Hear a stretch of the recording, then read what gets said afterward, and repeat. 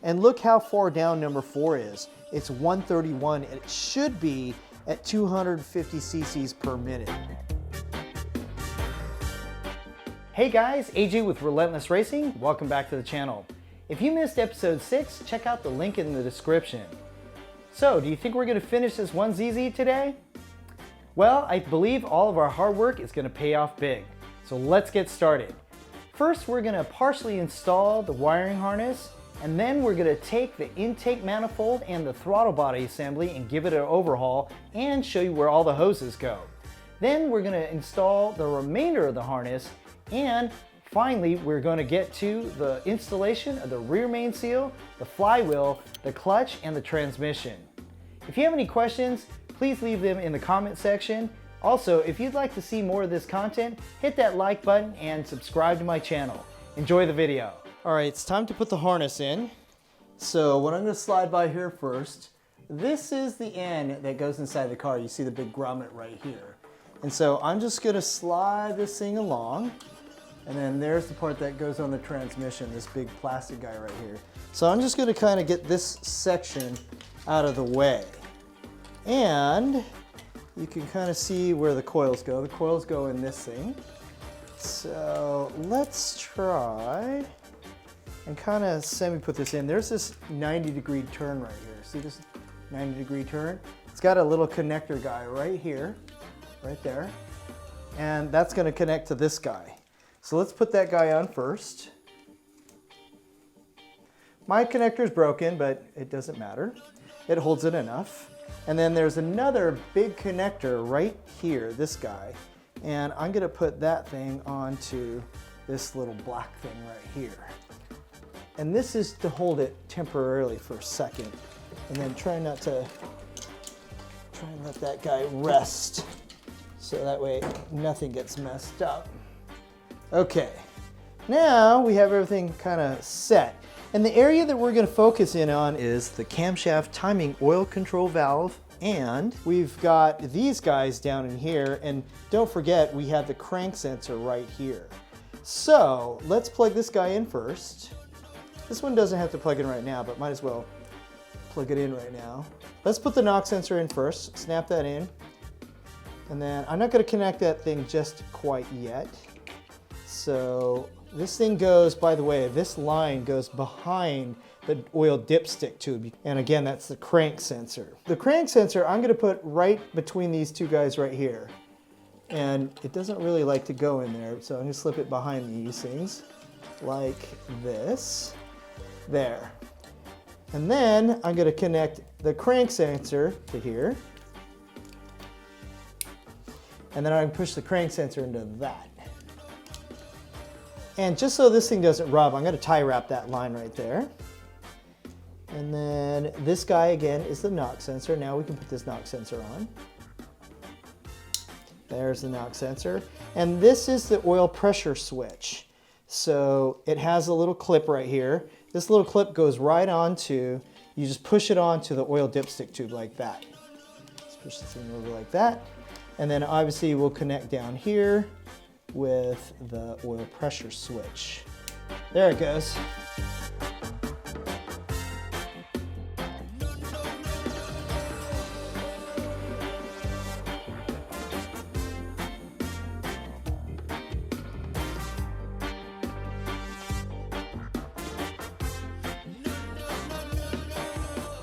Okay, you guys know I do a lot of cleaning, and obviously here is the intake. When you see the intake, it's usually mounted just like this in the vehicle. What happens is, this areas right here, they catch dirt and water and all that good stuff. So I'm actually gonna blow some holes through here using a step bit is what this is. This is made by Greenleaf. You have to be careful when you drill through this thing so you don't blow through this side. So I'm just gonna put a little tiny hole right through here.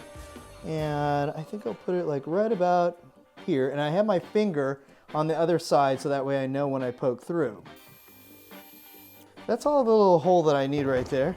See that little hole? Now, again, you got to be really careful because look, this unibit could go, or this step bit could go quite a ways, and you could see on the other side how far it goes. Let's go a little bit further. That's about as close as I want to get. That looks pretty good to me. Look at that hole. Now we'll do one over here. I'm on the other side with my finger, just checking it out. Okay, let's see how much further we gotta go. I'm probably gonna put this thing out just a little bit. That hole looks like it's about the same size. All right, I'll take that. 2 little holes right there, just to make sure that water isn't going in there. And again, it's because I'm OCD.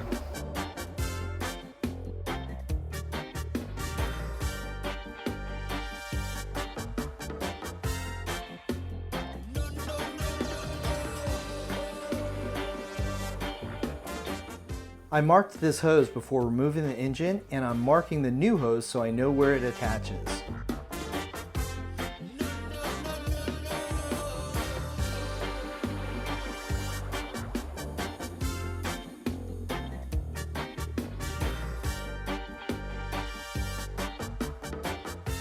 So you see the little red clamp right there? I'm just gonna grab the little red clamp just like this, separate the two.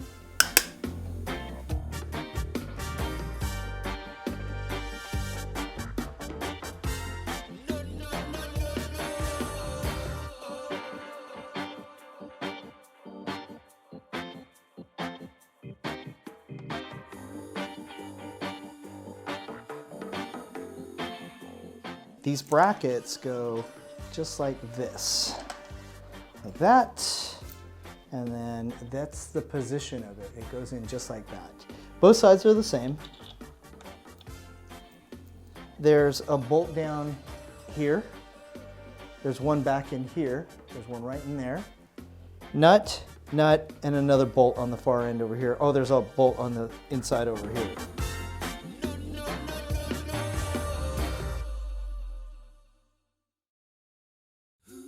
Let's get this harness back on. So there's the 90-degree one. Let's flip this guy around, put you on. A lot of these connectors are broken, but I'm gonna still stick them on anyway. That one still works. This one for sure is broken. But now we're all set up right there. So obviously these are the injectors. This guy right here, like an injector. So I'm not going to connect this one on because I need this hole right here, so I want to leave that open. Here, a good snap. Snap. And don't forget to put your cam sensor in. And there's the cam sensor. And then this last guy right here. This is the last injector. Good snap. I would like to do this stuff, but I kind of want to do the hoses that are on the throttle. So let's take a look at that first, but let me show you this stuff in close so that way you can see what's up. All right, that is the camshaft timing oil control valve. And you could kind of see there's a bolt right there. There's the nut, another bolt, another nut, and another bolt right there. And then there's one down at the bottom right there. Here we left injector 1 undone. You can kind of see the bracket right there that it's hanging onto. There's injector 2, injector 3. Again, there's a little bracket down there. Oh, it looks like it came undone, or maybe it's broken. I need to reattach that one. And then here is number 4. So let's see if we can't reattach that. It is broken, but you just gotta shove it on there. Just hold it still. All right, and then there's the big bracket right there that hangs onto it. So that and that thing right there hangs onto the harness. You can check out some of these tubes. So this tube will connect into here. This is one of the, it's some sort of breather tube. Here's the PVC tube, that one goes right in there. I'll show you guys that in a second. I want to go over all the tubes in here so that way everyone sees where they go. These tubes are really confusing, so I'm going to try and do a close-up of these guys. And this is my flashlight, so don't mind that thing. I'm just trying to get the light in here. So this tube right here, which they no longer make, connects to the intake. And it's this one right, whoops, it's that one right there. You guys see that? It's that one. So that's the one that they no longer make. And then the 2 coolant lines that come off of the throttle body, the outside one, I suppose, goes to the coolant tube right here. It goes to this water pipe that goes to that thing. So that thing will connect onto just like that, okay? Now this guy, which is one of the other tubes that we replaced, will go to, it'll go to this section right there. So I'm gonna grab some needle nose pliers and kind of squeeze that on there. I'm gonna have to finagle it on. This big tube right here goes in between the two tubes.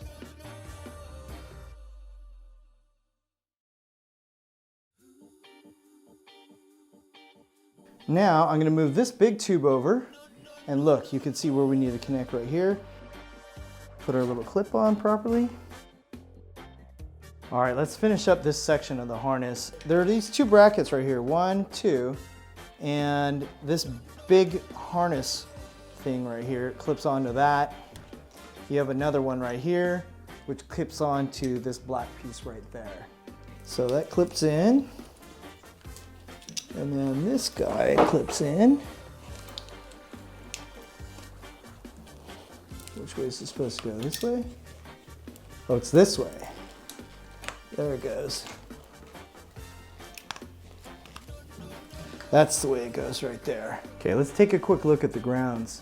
So here's one of them right here, and you can kind of see, get that out of the way. See the 10mm right there?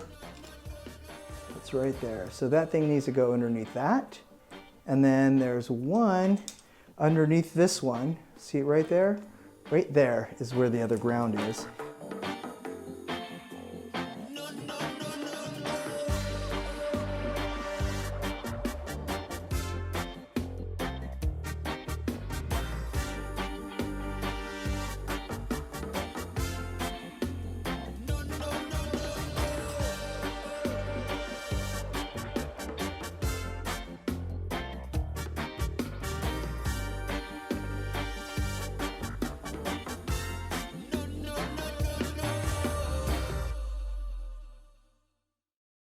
Now you've got this big part right here. So that goes off into the car. And then there is, this is probably for the starter. And then this guy goes right into here, which is the idle air control valve.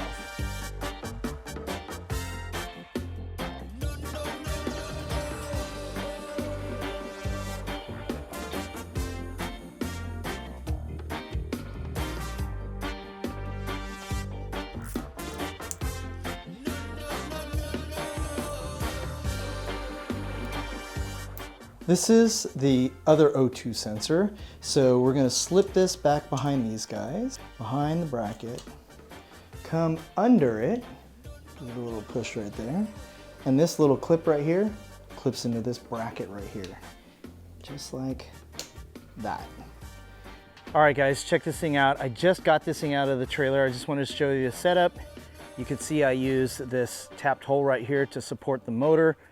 And all we have to do is we have to get it off the engine stand. So we have to remove this guy, this one, and the one over on the far side to get those things out. And then you can see that we are supported right here, right next to the fuel rail. So I had to remove this guy real quick, just so that way I could access to this little hole right here. But that's the setup. So I took the motor and I put some 2x4s. Well, I don't know what size those are, but there are 3 of them. I think they used to be 2x6s. And those are laying underneath the motor. And then underneath the oil pan specifically, you can check that out. And look, we have full access to this guy right in here. And that's exactly what we got to do next.